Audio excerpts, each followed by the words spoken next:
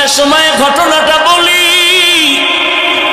ওই ভারতের জমিনে ওলিয়ে কামেল, যার নামে আজও দিল্লি শহরের মধ্যে দাঁড়িয়ে আছে কুতুব মিনার, ওই কুতুবউদ্দিন মুখতিয়ার কাকি রহমাতুল্লাহ আলাইহি জবরদস্ত একজন ওলিয়ে কামেল কুতুবুল আলম।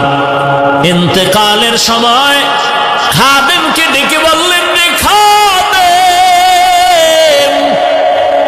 আমি আর বোধহয় বেশি দিন বাঁচবো না, মরণাপন্ন হয়ে যাচ্ছি। ইশারাতান কেমন যেন মনটা খারাপ লাগতেছে। বিদায় বেলা দুইটা ওসিয়ত করে যাই, করায় গন্ডায় পালন করবি। এক নম্বরে মরণের পরে জানাজা পড়ায় তাড়াতাড়ি দাফন করে দিবি, দেরি করবি না। নবী বলছেন মাইয়েতের দেরি